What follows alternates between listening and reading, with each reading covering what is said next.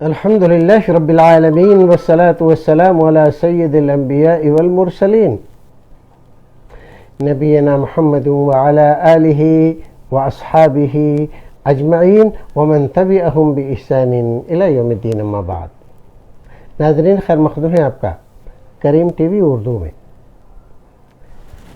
ناظرین، کوئی عمل چھوٹا ہو، چھوٹا اس معنی میں کہ کرنا اس کا دشوار نہ ہو، نہ اس میں پیسہ لگتا ہو، نہ بہت زیادہ محنت لگتی ہو، نہ اس میں بھوکا رہنا پڑتا ہو، نہ جان جوکھم میں ڈالنی پڑتی ہو.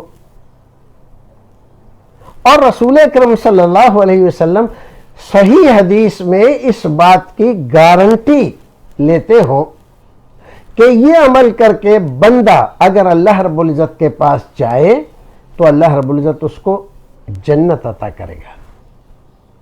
اس سے بڑی بات کوئی اور ہو سکتی ہے؟ وہ رحمان ہے، رحیم ہے، کریم ہے، غفور ہے، ودود ہے، اور اتنا مہربان ہے کہ اس کی رحمتوں اور عنایتوں کی کوئی حد نہیں. ہمارے ماں باپ بھی ہمارے اوپر جو عنایت و مہربانی کرتے ہیں اس کی کوئی حیثیت نہیں ہے اس کی رحمتوں کے مقابلے میں. چھوٹا سا عمل، لیکن دل میں یقین ہو اور لب پر یہ ترانہ ہو جو رسول اکرم نے بتلایا ہے، اور بندہ اس میں بتائی ہوئی بات، کیے ہوئے عہد کو سامنے رکھ کر زندگی گزارے اور اسی حال میں انتقال کر جائے، اللہ رب العزت اس کو جنت عطا فرماتا ہے. حضرت شداد ابن اوس رضی اللہ تعالیٰ عنہ جو رسول اکرم صلی اللہ علیہ وسلم کے بڑے جلیل قدر صحابی ہیں، بیان کرتے ہیں، بخاری شریف کی روایت ہے. دیگر محدثین کرام نے بھی اس کو اپنی اپنی کتابوں میں ذکر کیا ہے. کیا فرمایا؟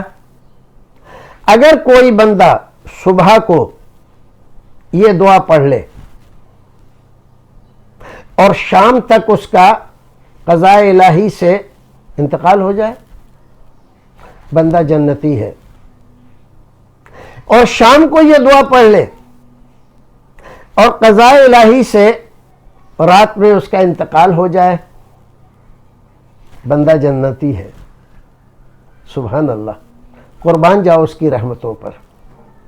اتنا چھوٹا سا عمل اور اتنی بڑی برکتیں، رحمتیں، عنایتیں، نوازشیں، اور اتنا بڑا اس کا نتیجہ اور پھل، بہت بڑی چیز ہے.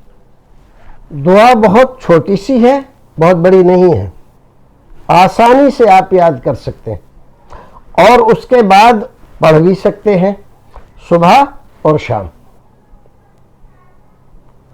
فجر کی نماز پڑھیں اور اس کے بعد پڑھ لیں، مغرب کی نماز پڑھیں اور اس کے بعد پڑھ لیں.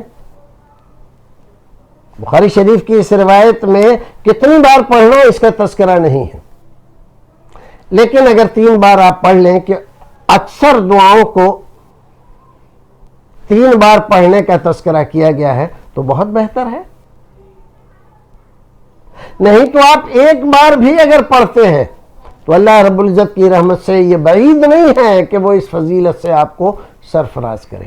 لیکن اس میں ایک شرط لگائی گئی ہے، یقین کے ساتھ. جو کہہ رہا ہے اس پر یقین ہے، اس کے مطابق چل رہا ہے، تو اس کو یہ فضیلت حاصل ہوگی. حضرت شداد ابن اوس رضی اللہ تعالیٰ عنہ بیان فرماتے ہیں، یہ سید الاستغفار ہے. استغفار کی بڑی فضیلتیں. دعاؤں میں اگر دیکھا جائے تو اللہ رب العزت کی حمد و ثنا کے جو کلمات ہیں ان کے بعد اگر کسی چیز کی فضیلت ہے سب سے بڑھ کر تو وہ استغفار ہے. رسول اکرم صلی اللہ علیہ وسلم کو حکم دیا گیا، اذا جاء نصر اللہ والفتح ورأيت الناس يدخلون في دين الله افواجا फसब्बिह बिहम्दि रब्बिका वस्तगफिरहु। मिशन आपका पूरा हो गया, अब दुनिया से चलने की तैयारी और हमारी मुलाकात के लिए तैयारी कीजिए। तो कहा फसब्बिह बिहम्दि रब्बिका वस्तगफिरहु, अपने रब की हम्दो सना में वक्त लगाइए और इस्तिगफार कीजिए। ये देखिए, और भी बहुत सारी फजीलतें कुरान में, हदीस में इस्तिगफार की गई और इस दुआ को सैयदुल इस्तिगफार कहा गया है। ये इस्तिगफार के जितने कलिमात हैं उनका ये सरदार है।